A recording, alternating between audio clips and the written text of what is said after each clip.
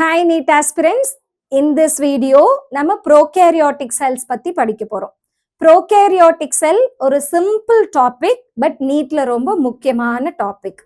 எல்லாருக்கும் பேசிக்கா prokaryotic cellனா என்னன்னு தெரிஞ்சிருக்கும். இருந்தாலும் இந்த வீடியோல NEETக்கு தேவையான points in prokaryotic cellsல என்னென்ன அப்படிங்கறத நம்ம டிஸ்கஸ் பண்ணலாம். So நம்ம எல்லாருக்குமே தெரிஞ்ச ஒரு விஷயம் என்னன்னா what is prokaryotic cell?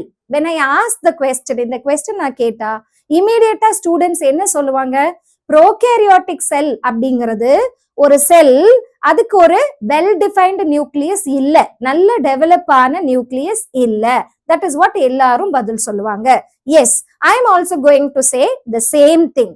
Prokaryotic cell does not have well defined nucleus. Otherwise இன்னும் நம்ம அக்யூரேட்டா சொல்லணும்னா ப்ரோகேரியாட்டிக் செல்லுக்கு ஒரு பிரிமிட்டிவான நியூக்ளியஸ் இருக்கு. பிரிமிட்டிவ் நியூக்ளியஸ்னா என்ன அர்த்தம்? அண்டர் டெவலப்டு நியூக்ளியஸ் இருக்கு. That is what. So what is the definition given in the NCERT textbook? Prokaryotic செல்லுக்கு NCERT definition என்ன ma'am? So that is nothing but a cell which contains primitive nucleus in it is known as prokaryotic cell. So prokaryotic cellல 3 different parts இருக்கு. அது prokaryotic cellோ இல்ல eukaryotic cellோ, முக்கியமான 3 parts என்னென்ன? That is what I am going to discuss now. Now one is cell envelope. Cell envelope na என்ன? செல்லோட covering. Number 2 nucleus. Nucleus இருக்கா இல்லையா? நம்மளோட prokaryotic செல்லுக்கு nucleus absent, no nucleus. அப்ப யார் அந்த செல்லை கண்ட்ரோல் பண்ணுவாங்க? அதோட genetic material. What is it's genetic material? இதோட ஜெனட்டிக் மெட்டீரியல் என்ன மேம்? டிஎன்ஏவா இல்ல ஆர்என்ஏவா? சோ அதோட ஜெனட்டிக் மெட்டீரியல் ஒரு டிஎன்ஏ. மூணாவது முக்கியமான பார்ட் ஆஃப் த செல் என்ன? Cytoplasm. So these are the 3 parts in the cell. அது prokaryotic செல்லோ இல்ல eukaryotic செல்லோ. ஓகே, இப்ப ஃபர்ஸ்ட் நம்ம செல் என்வலப் பத்தி பார்க்க போறோம். செல் என்வலப்னா என்ன? It is the covering of the cell. ஒரு செல்ல கவர் பண்ணி இருக்கக்கூடியத நம்ம செல் என்வலப் அப்படின்னு சொல்லுவோம். இந்த செல் என்வலப் 3 பார்ட்டா இருக்கு. What are the 3 part? Outer most part will be capsule. Inner to the capsule is cell wall. Inner to the cell wall is plasma membrane. நல்ல கவனிங்க, இது ஒரு neat question. So arrange the envelope in the prokaryotic cell from inner to outer or outer to inner. In such a way the questions will be asked. இந்த மாதிரி கேட்பாங்க. கேட்கும்போது நல்ல கவனிங்க, அவுட்டர்ல இருந்து இன்னர் அப்படின்னா அவுட்டர் மோஸ்ட் capsule, அதுக்கப்புறமா செல் வால், அதுக்கு இன்னருக்குள்ள இருக்கிறது பிளாஸ்மா மெம்பரேன். இன்கேஸ் கொஸ்டினை இன்னர் டு அவுட்டர் அப்படின்னு கேட்டாங்கன்னா இன்னர் மோஸ்டா இருக்கிறது பிளாஸ்மா மெம்பரேன், அந்த பிளாஸ்மா மெம்பரேனுக்கு அவுட் சைட்ல இருக்கிறது செல் வால், செல் வாலோட அவுட் சைட்ல இருக்கிறது கிளைகோகேலிக்ஸ். இந்த கிளைகோகேலிக்ஸ் ஆக்சுவலா 2 விதமா இருக்கலாம். என்ன அந்த 2 விதமா? ஒன்னு capsule. So I will be writing it for you. So the glycocalyx. The glycocalyx might be 2 type. What are the 2 type? என்ன 2 இருக்கு glycocalyxல? ஒன்னு slime layer. ஒன்னு slime layer, இன்னொன்னு capsule.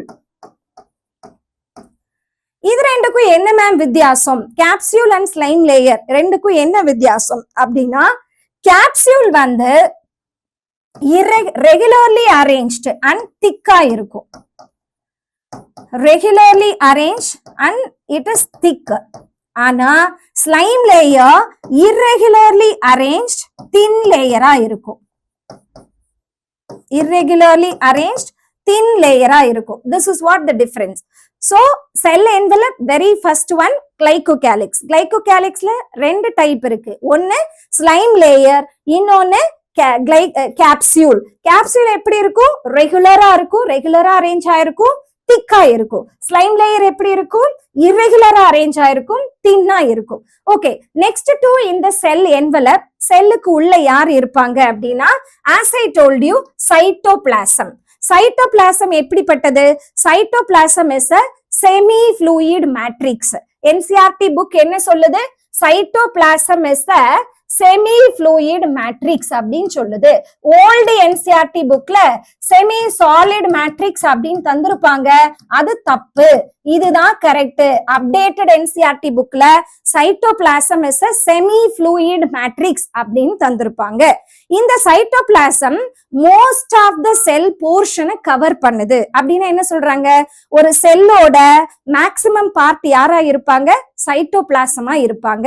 தென் சைட்டோபிளாசம்க்கு ஒரு டெஃபினிஷன் என்சிஆர்டி புக்ல தந்திருக்காங்க. Cytoplasm is a semi fluid matrix and it is the main arena of the cell. What I mean by say main arena of the cell na enna ma'am?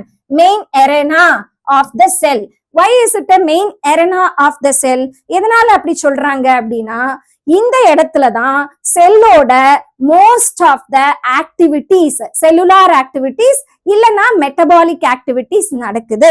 இந்த cellular activity இல்ல metabolic activity நடக்கிறதுனால தான் ஒரு செல்ல living ஸ்டேட்டா நம்மளால maintain பண்ண முடியும். ஒரு செல்லு லிவிங்கா இல்ல நான் லிவிங்கான்னு டிசைட் பண்றதே சைட்டோபிளாசம் தான். ஏன் சைட்டோபிளாசம்ல தான் cellular activities, most of the cellular activities, NCERT line படி most of the cellular activities or metabolic activities நடக்கிறது சைட்டோபிளாசம் தான். நெக்ஸ்ட் டு த சைட்டோபிளாசம், எக்ஸாக்டா எவ்வளவு பெர்சன்டேஜ் ஒரு செல்லுல இருக்கு அப்படின்னு ஒரு வருஷத்தோட நீட் எக்ஸாம்ல கேட்டிருக்காங்க. அது எவ்வளவு பாயிண்ட் அப்படின்னா 80% of the cell is covered by the cytoplasm அப்படின்னு சொல்லியிருக்காங்க. That's all. And then one more important point is, செல்லுக்குள்ள இருக்கிற எல்லா செல் ஆர்கனலும், ப்ரோகாரியோட்டிக் செல்லுல எந்த செல் ஆர்கனலும் கிடையாது, ஒரே ஒரு செல் ஆர்கனல் தான் இருக்கு. அது யாரு, ரைபோசோம். ரைபோசோம் பத்தி நம்ம டீடைலா டிஸ்கஸ் பண்ணலாம். இந்த செல் ஆர்கனல்ஸ் இருந்தா அது எங்க பிரசன்ட் ஆயிருக்கும், சைட்டோபிளாசம் ஆஃப் த செல்லுல எம்பெடட். தி வேர்ட் எம்பெடட் அப்படின்னா என்ன சொல்லுதுன்னா அட்டாச் ஆயிருக்கு அப்படின்னு சொல்றாங்க. நெக்ஸ்ட் டு தட் நான் என்ன பேசணும், நியூக்ளியஸ் பத்தி பேசணும். ஒரு ப்ரோகாரியோட்டிக் செல்லுக்கு நியூக்ளியஸ் இருக்கா இல்லையா, நான் பிகினிங்லயே சொல்லிட்டேன். ப்ரோகாரியோட்டிக் செல்லுக்கு வெல் டிஃபைன்டு நியூக்ளியஸ் இல்ல, ஆனா பிரிமிட்டிவ் நியூக்ளியஸ் இருக்கு. அந்த பிரிமிட்டிவ் நியூக்ளியஸா நம்ம யாரை கன்சிடர் பண்றோம், நம்மளோட ஜெனட்டிக் மெட்டீரியல. யார் அந்த genetic material, DNA. Genetic material எப்படிப்பட்டது, ப்ரோகாரியோட்டிக் செல்லோட ஜெனட்டிக் மெட்டீரியல் எப்படிப்பட்டது அப்படின்னா, it is commonly known by the scientist as nucleoid. It is commonly called it as nucleoid. What is this nucleoid? It is actually closed circular double-stranded DNA. And this DNA is self-replicating DNA. What do you mean by self-replicating? Na enna artham? தன்னை தானே multiply பண்ணிக்கும். Self replicating அப்படிங்கிறதுக்கான meaning என்ன, தன்னை தானே multiply பண்ணிக்கும். That is what the self replicating DNA. இந்த DNA இந்த செல்லோட phenotypic and genotypic characters decide பண்ணும். என்னது ma'am, what is genotypic and phenotypic?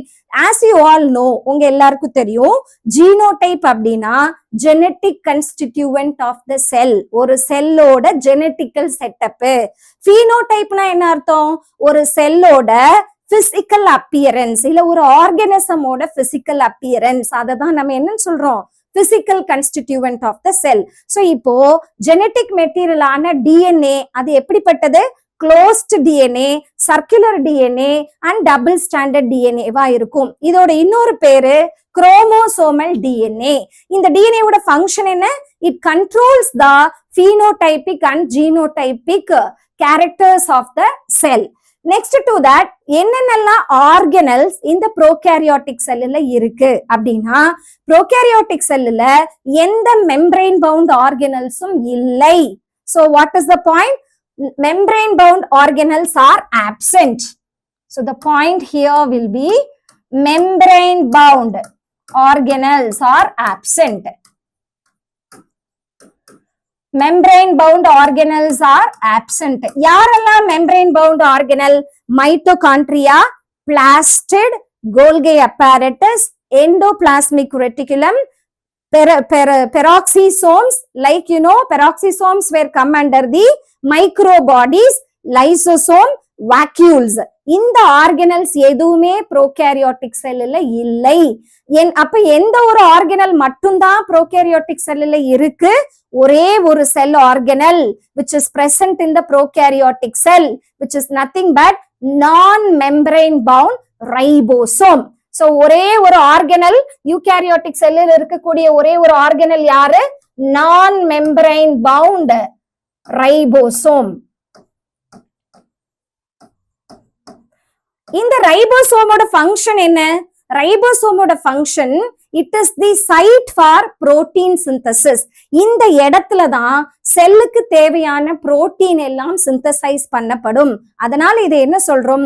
Protein factory of the செல். இந்த ப்ரோகாரியோட்டிக் செல்லில் இருக்கக்கூடிய ரைபோசோம் என்ன டைப்பான ரைபோசோம்? இது நீட் கொஸ்டின். இங்க இருக்கக்கூடிய ribosome 70S type of ribosome. 70S type of ribosome which has the 2 subunit. அதுல 2 subunit இருக்கு. ஒன்னு larger subunit, இன்னொன்னு smaller subunit. larger subunit வந்து 50S ribosome, smaller subunit 30S ribosome. So the ribosome prokaryotic cellல இருக்கிறது 70S ribosome, யூகாரியோட்ல இருக்கிறது 80S ribosome. ரைபோசோமோட வேலை என்ன? இதுதான் protein factory of the cell. இது எங்க சிந்தசிஸ் ஆகும்? Nucleolus. Nucleolus in eukaryotic cell. But இந்த ப்ரோகாரியோட்டிக் செல்லுல சைட்டோபிளாசம்ல தான் அது இருக்கும். இதோட வேலை protein synthesis. Don't forget. And then next to the one and only organelle is ribosome. இதை தவிர வேற எந்த ஆர்கனலும் கிடையாது. நெக்ஸ்ட் பிளாஸ்மா மெம்பரேனை நீங்க பார்க்கும்போது plasma membrane of the prokaryotic cell, அதாவது ப்ரோகாரியோட்டிக் செல்லில் இருக்கக்கூடிய பிளாஸ்மா மெம்பரேன் சில இடங்கள்ல ஃபோல்ட் ஆகி இருக்கும். ஃபோல்டுனா என்ன அர்த்தம்?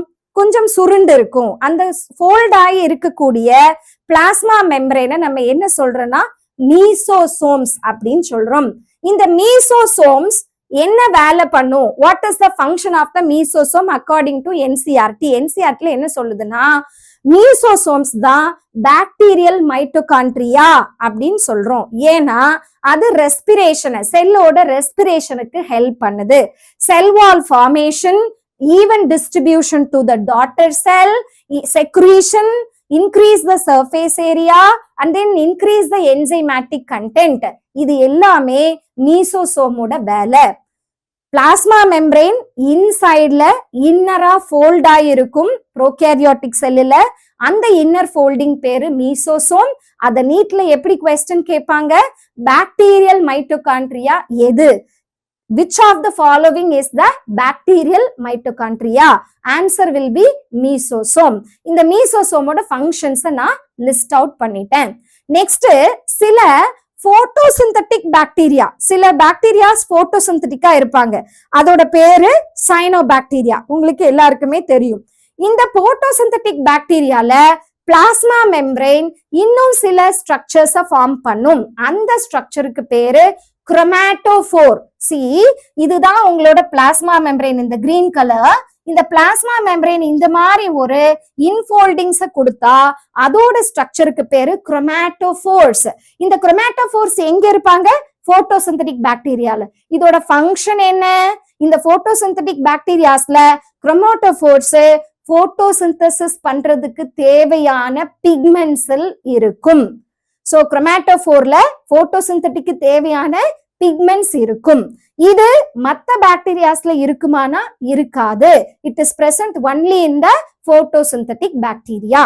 Okay, next when I am coming to this nucleoid, the genetic material, already நம்ம பேசிட்டோம். இங்க இருக்கிற நியூக்ளியஸ் ஒரு பிரிமிட்டிவான நியூக்ளியஸ். அது சைட்டோபிளாசம்ல ஒரு இடத்துல இருக்கு பேக் ஆகி வித் த ஹெல்ப் ஆஃப் நான் ஹிஸ்டோன் புரோட்டீன். அதோட பேக்கேஜிங்க்கு சப்போர்ட் பண்றது நான் ஹிஸ்டோன் புரோட்டீன். அது எப்படிப்பட்டதுன்னு பார்த்தாச்சு.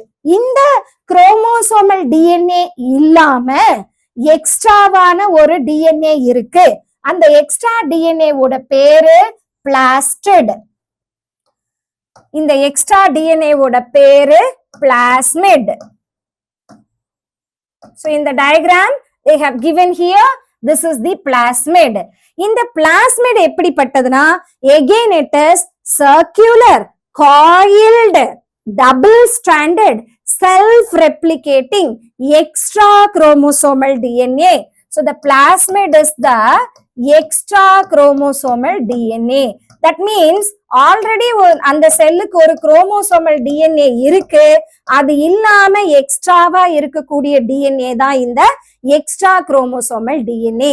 இந்த பிளாஸ்மிட் என்ன பண்ணும்னா, இன் யோர் பயோடெக்னாலஜி லெசன்ல தெளிவா படிப்பீங்க, இது ஒரு வெக்டார் இல்ல கேரியரா ஆக்ட் ஆகும். அது மட்டும் இல்லாம இந்த செல்லோட சில phenotypic characters இந்த plasmid DNA கண்ட்ரோல் பண்ணும். That's all your plasmid DNA.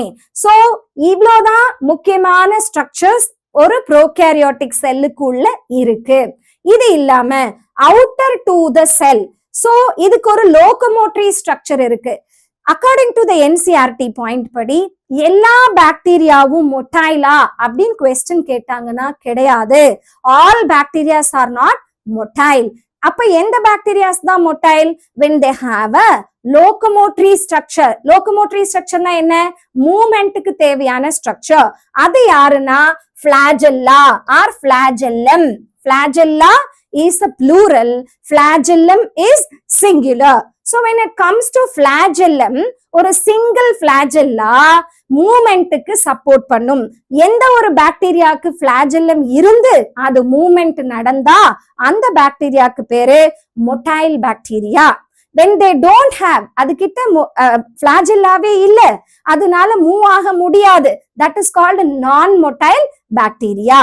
So இந்த அவுட்க்ரோத் செல் வால் செல் மெம்பரைன்ல இருந்து வெளிப்புறமா வளரக்கூடிய ஒரு அவுட்க்ரோத், அதோட பேரு தான் ஃபிளாஜெல்லம். அந்த ஃபிளாஜெல்லமோட ஃபங்க்ஷன் என்ன? செல் மூவ் ஆகுறதுக்கு ஹெல்ப் பண்ணும். அது இல்லாம there are other two structures in the outer side. ஒண்ணுக்கு பேரு பைலை, பைலை ஆர் ஃபில்லை, வாட் எவர் த வே நீங்க ப்ரொனவுன்ஸ் பண்ணலாம். இந்த பைலை ஆர் ஃபில்லை என்ன வேலை பண்ணும் ஒரு ப்ரோகேரியாட்டிக் செல்லுல? அதோட வேலை என்ன அப்படி கேட்டீங்கன்னா, இதோட வேலை there is a rare event. அதாவது பாக்டீரியல் செல்ஸ்ல நேச்சுரலா நடக்காது, ரொம்ப ரேரா நடக்கக்கூடிய ஒரு விஷயம் செக்ஷுவல் ரீப்ரொடக்ஷன். அந்த டைப் ஆஃப் செக்ஷுவல் ரீப்ரொடக்ஷனோட பேரு கான்ஜுகேஷன். கான்ஜுகேஷனுக்கு சப்போர்ட் பண்ணக்கூடிய ஸ்ட்ரக்சர் தான் இந்த பைலை. Phyla is supporting for the rare event called conjugation in bacteria. இந்த phyla இல்லாம there are other small hair like structures இருப்பாங்க. எப்படின்னா இந்த மாதிரி ஒரு small hair like structures இருக்கும். அந்த hair like structure ஓட பேரு fimbriae. We call it as fimbriae. இந்த fimbriae ஓட வேலை என்ன? இந்த பாக்டீரியல் செல்லு ஒரு ஹோஸ்ட் செல் மேல அட்டாச் ஆகுறதுக்கு ரொம்ப ரொம்ப ஹெல்ப்ஃபுல்லா இருக்கும். சோ இப்ப நம்ம இந்த ப்ரோகேரியாட்டிக் செல்லோட முக்கியமான பார்ட்ஸ் எல்லாமே இந்த வீடியோல பார்த்தாச்சு. இப்ப அது ஒரு டைம் நம்ம ரிவிஷன் பண்ணலாம் என்னென்ன பார்ட் இருக்குன்னு. இப்போ அவுட்டர் மோஸ்ட் கவரிங் யாரு?